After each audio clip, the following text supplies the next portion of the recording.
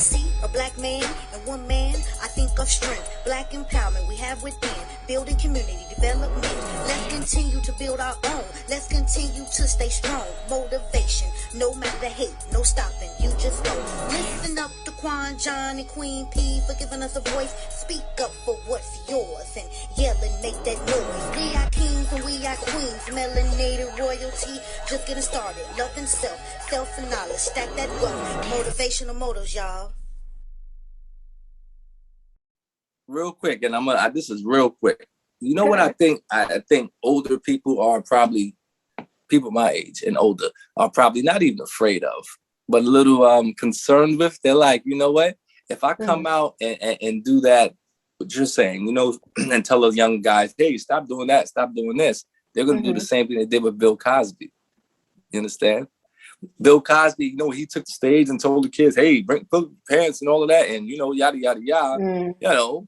Then they went back to his past when he was a young guy and they brought up all his dirt. So I think that's why some of the older people are apprehensive. They're like, you know what? I disapprove those things myself.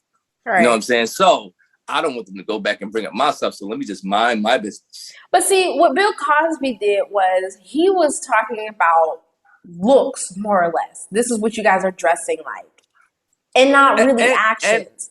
And that's, I mean, actions too. He was talking about just the, you know, the train of thought of the younger generation. Yeah, because I mean, my brain controls how I want to look. You understand? Like my brain tells me to sag my jeans.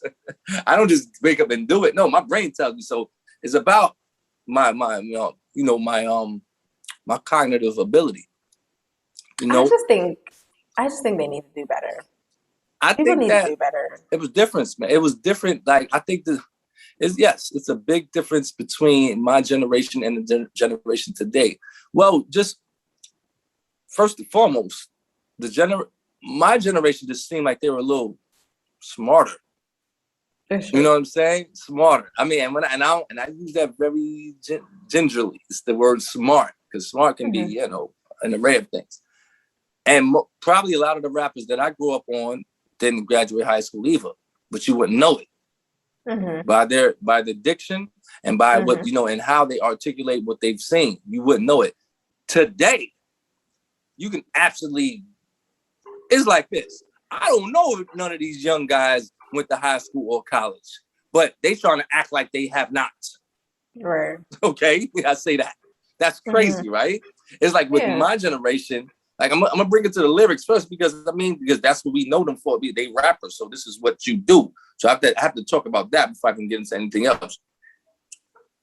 The rappers from my generation, they wanted to appear to be more intelligent. You know what I'm saying? The rappers from my generation, they wanted to be articulate. They wanted to let you know that they were up on current events and what's going on in the world, and as well as their neighborhoods. Nowadays, they don't want none of that to be known. You know what I'm saying? They don't they don't wait. And you know what? Some of them probably are not as dumb as we think. But you know, presentation is everything. Right. You understand? For real. So I can't even say that the older generation should come out and speak to these young cats, because 9.5 times out of 10, these guys not gonna listen. Okay? Okay?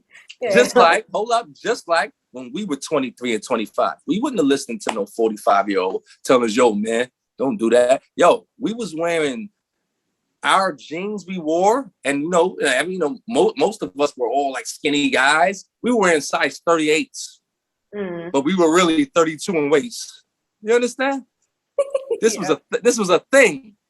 If you didn't have a belt on, these pants was falling, man. If you didn't have a belt, boom, done. You know what I'm saying? So if someone would have told us at this time, yo, don't wear those baggy jeans with those construction boots and that oversized hoodie, you know what I'm saying? You look like a criminal. We'd have said, nah, get out of here, man. What you talking about? This is fly right here. Right. You know what I mean? And but there's a difference. I'm talking about just dressing. Trends. I think there's a difference between trends and but it's respect. It's still a relation. It's a relation, because that trend came from jail that we had. Right. You understand? Having those back, and we had no idea that's where it came from. but we took it on and ran with it. You know what I'm saying? So it's like, and you know, and I mean, I don't know if if I'm thinking about it today, if I see a dude dressed like that, I probably would think something about him. Like, damn, his jeans is big enough to have a rifle in his jeans. That's how big the jeans were. I would probably, so it was kind of the same. We were trying to project an image. Mm-hmm. And I think that's what you're talking about. These guys, these young guys, they are trying to project an image. Look at your other little man, Takashi. That's the only really young dude I know. And that's because of his, situation. Yeah. Sky has a 69 on his forehead, man. Yeah. This man has a tattoo on his forehead. You know what I'm saying? Mm-hmm. And just like homeboy got the diamond in his forehead. No doubt. Like I personally Mike Tyson feel like has a tattoo on his face, but his joint is symbolic though. This is a tribal symbol. Yeah. Different. Go ahead. I feel like I don't care what anybody looks like. I don't care that Tekashi 6ix9ine got rainbow hair. I don't care that Lil Nas X dresses like a pink cowboy. I don't care about any of that. But all I care about is how they treat themselves and others. That's all I care about. Let me stop you right there, Portia. Let's be realistic. Let's be realistic. If I have a 6ix9ine on my damn forehead, you think I'm a respectable individual? No. I'm not wearing this. I do not put a tattoo of 6ix9ine on my forehead and then come out with a suit and tie and go to a business meeting. Or court. You know what I'm saying? That's like the only time I saw him with a suit and ties when he went to court. He had a 6ix9ine on his forehead with a suit and tie. Exactly. So, so that's what I'm saying. What I'm saying is related to what you're saying, because if I'm putting a 6ix9ine on my forehead or a diamond in here, I'm telling you what type of dude I'm going to be. You should expect me. So it does matter. Like the story what book was that? Generational Ignorance. Was that Generational Ignorance? No, I'm sorry. That was in Medicinal Mayhem. In Medicinal Mayhem, in the in Habitual Habitat, the chapter Medicinal Mayhem. When I spoke of Benson is speaking to his cousin Roscoe. They're 17 years old. They're sitting on the bench. They're getting high, smoking weed. Nothing wrong with smoking weed, whatever. And they come from two different sides of the track. They just share the common bond of smoking weed. And they're talking about getting tattoos because they're from that era. Cool, no problem. So Roscoe in turn tells Benson, hey, I'm going to get a tattoo on my neck. And Benson is like, what? Your neck? You understand? Because they're talking about getting tattoos here, maybe even on your chest. Somewhere it can be covered up in a certain situation. You might have to go on a job interview. You might have to go to your kid's school. You understand? Somewhere where that looks totally ridiculous and the person on the other end is not going to take you seriously. You understand? So they're having this conversation and Benson can't believe that Roscoe is willing to basically throw himself out the window. And he says it. Hey, you don't think that's kind of, over the top? We're going to grow up one day. You understand? Type thing. And Roscoe at 17 years old had already accepted the reality that he was a loser. Thus his reasoning for getting the tattoo on his neck. Right. There's never going to be a job interview, he says. There's never going to be a school a dance recital I have to go to for my daughter. None of that. So you see how his mindset totally depicted everything. He gets the tattoo on his neck. Lo and behold, 25 years later, Roscoe is a bum. Today, true story. This is an actual guy. He is a loser now. So he 17. He mapped that out already. Right. By the action of getting the tattoo on his neck. You know what I'm saying? He foreshadowed what he was going to be. That's what I'm saying. It doesn't matter if this guy has a 6ix9ine on his forehead. Like, he's telling you what's up. This dude got a diamond. It didn't matter all day. You understand?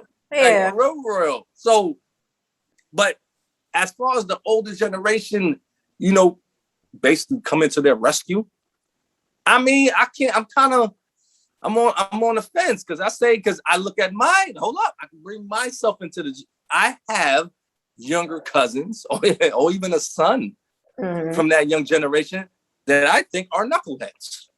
Right. Straight up. I think they're knuckleheads. Yes, in my opinion, there's a lot I can do to help guide and assist these guys. A whole lot. Straight up. Verbally, financially, and just my energy around them. Would they accept it? Probably not. You know what I'm saying? Now you go into their predecessors, theirs, the same knuckleheads I'm talking about. Their predecessors have already imputed in these kids that they are losers. Right. You know what I mean? And when you have someone that wants to come to your rescue, they're really not coming to your rescue. You understand? They're you know what I mean? They look at you as the opposition and the adversary.